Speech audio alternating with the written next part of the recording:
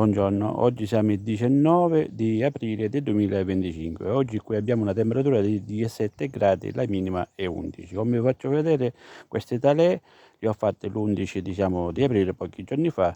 Le ho prese dove ho ricavato le olive che ho fatto la semina un po' di anni fa.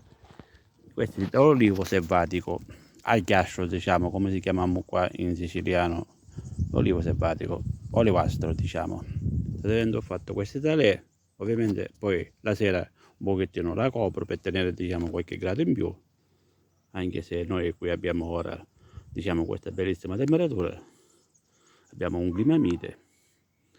Dobbiamo sempre tenere umido, non insuppato, spruzzare spesso l'acqua in modo che le talè non vengono disidratati, e così vediamo se va a buon fine la radicazione in questi mesi, che poi quando sarà il momento farò un video completo e vi faccio vedere alcune foto quando li ho presi e quando li ho messi qua,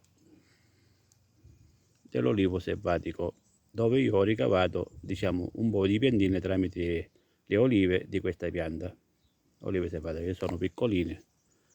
Ho fatto anche un video, casomai alla fine del video vi metterò il link quando ho fatto la semina di queste olive che ho preso di questa pianta madre.